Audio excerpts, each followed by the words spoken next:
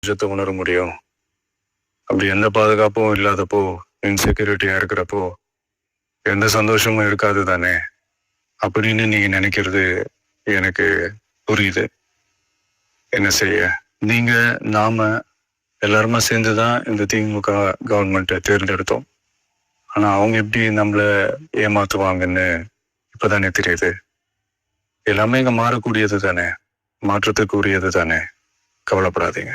2026 நீங்க எல்லாரும் சேர்ந்து, இல்ல நாம் எல்லாரும் சேர்ந்து பாதுகாப்பை உறுதி செய்ய தவறிய இவங்களை மாத்துவோம். இன்னைக்கு நாம் எல்லாருமா சேர்ந்து உறுதியேற்போம். ஒன்று மட்டும் சொல்றேன், எல்லா சூழ்நிலையிலும் உங்களுடைய ஒரு மகனா, அண்ணனா, தம்பியா, தோழனா உங்களோட நான் நிற்பேன். நன்றி, வணக்கம்.